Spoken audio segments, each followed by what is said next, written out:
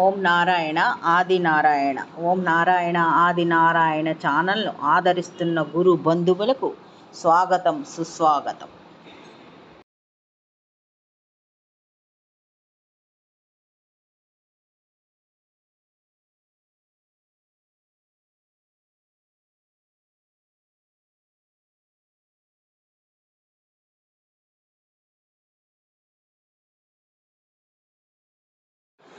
ఓం నారాయణ ఆది నారాయణ. ఓం శ్రీ భగవాన్ వెంకయ్య స్వామినే నమః. ఆశ్రిత జనరక్షకుడు, దేనజన బాంధవుడు శ్రీ భగవాన్ వెంకయ్య స్వామి వారి పాద పద్మములకు నా ప్రణామములు. సమస్త సగుణ రూప నిర్గుణ రూప గురుదేవుల పాద పద్మములకు నా నమస్సుమాంజలి.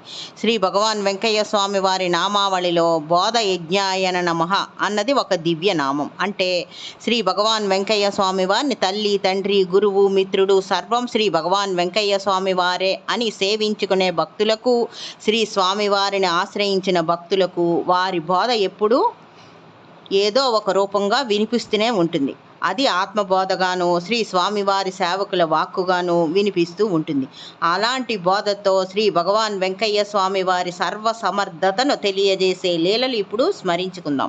ఇది శ్రీ పెసల సుబ్బరామయ్య మాస్టర్ గారి స్వానుభవం. ఇది శ్రీ భగవాన్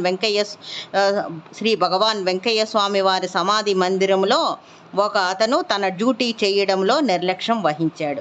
ఇదే విషయాన్ని శ్రీ మాస్టర్ గారు అతన్ని హెచ్చరించారు. కానీ అతను లక్ష్య పెట్టలేదు, అతని వైఖరి మార్చుకోలేదు. దానితో శ్రీ మాస్టర్ గారికి అతనిపై కోపం, చులకన భావం ఏర్పడమే కాకుండా అదే విషయాన్ని ఇంకొకరితో చెప్పారు కూడా. ఇది సాధనాపరంగా తప్పు. శ్రీ భగవాన్ వెంకయ్య స్వామి వారు ఈ విషయాన్ని శ్రీ మాస్టర్ గారికి ఇలా తెలియజేశారు. శ్రీ భగవాన్ వెంకయ్య స్వామి వారి మందిరానికి ప్రతిరోజు రాత్రి 2 గంటలకు స్వామివారి మందిరానికి సేవకు వెళ్ళడం అలవాటు మాస్టర్ గారికి. అందుకు గడియారం రాత్రి 1:50 అలారం పెట్టుకుంటారు. అదేవిధంగా అలారం పెట్టి మాస్టర్ గారు, వారి అబ్బాయి ఇద్దరూ పడుకున్నారు.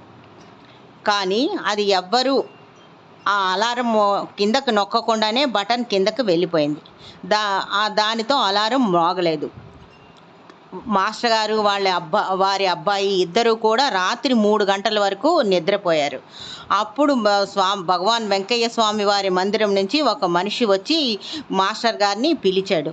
ఇలా భగవాన్ వెంకయ్య స్వామి వారి సేవకు వేరొకరు వచ్చి ఇలా పిలవడం వీరికి చాలా బాధ పెట్టింది. అప్పుడు స్వామివారికి విన్నవించుకున్నారు. ఏమి స్వామి ఈ శిక్ష అంటే, నిన్నటి నీ తప్పుకి, అంటే ఇతరుల గురించి తప్పుల భావాలు కలిగి ఉండడమే కాకుండా అది మరి వేరొకరికి చెప్పడం, దీనికి ఇది శిక్ష, మరపురాని శిక్ష అని ఆత్మలో వీరికి బోధించారు. ఇంకొక లీల ఇది.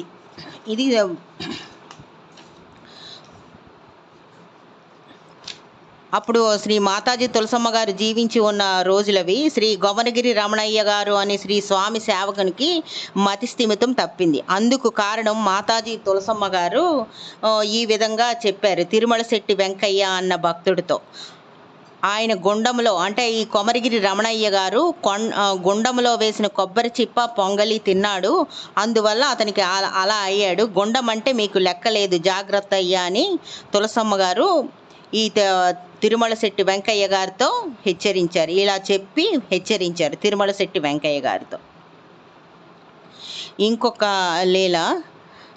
ఒకసారి ఒక తల్లి తన బిడ్డ తప్పిపోయి 3 రోజులుగా రాలేదు. అందుకు ఆమె స్వామివారిని ఇలా మొరపెట్టుకుంది. నేను చేసే పారాయణలు, నేను నివేదించే నైవేద్యాలు ఏమైనట్లు స్వామి అని ఆమె కంటతడి పెట్టుకున్నారు.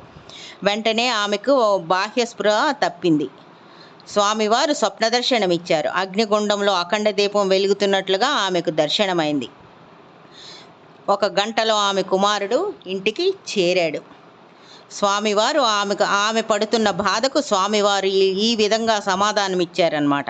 నైవేద్యాలన్నీ అగ్ని రూపంలో భోంచేస్తున్నాను, నీ పారాయణలన్నీ నేను అఖండ దీప రూపంలో వింటున్నాను అని స్వామివారు ఆమెకు సమాధానం ఇచ్చారు. ఈమె ఎవరో కాదు, శ్రీ పెసల సుబ్బరామయ్య మాస్టర్ గారు సతీమణి, ఈ భక్తురాలు.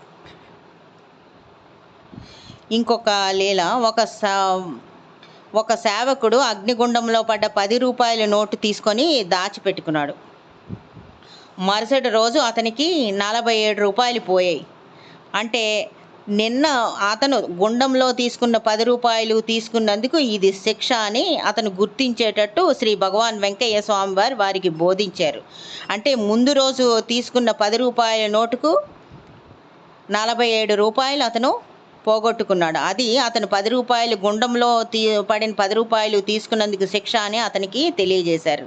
అంటే మనం అగ్నిగుండాన్ని ఎంత జాగ్రత్తగా సేవించాలో, ఎంత శ్రద్ధాభక్తులతో నియమనిష్టలతో సేవించాలో ఈ లీలల వల్ల మనకి తెలుస్తుంది.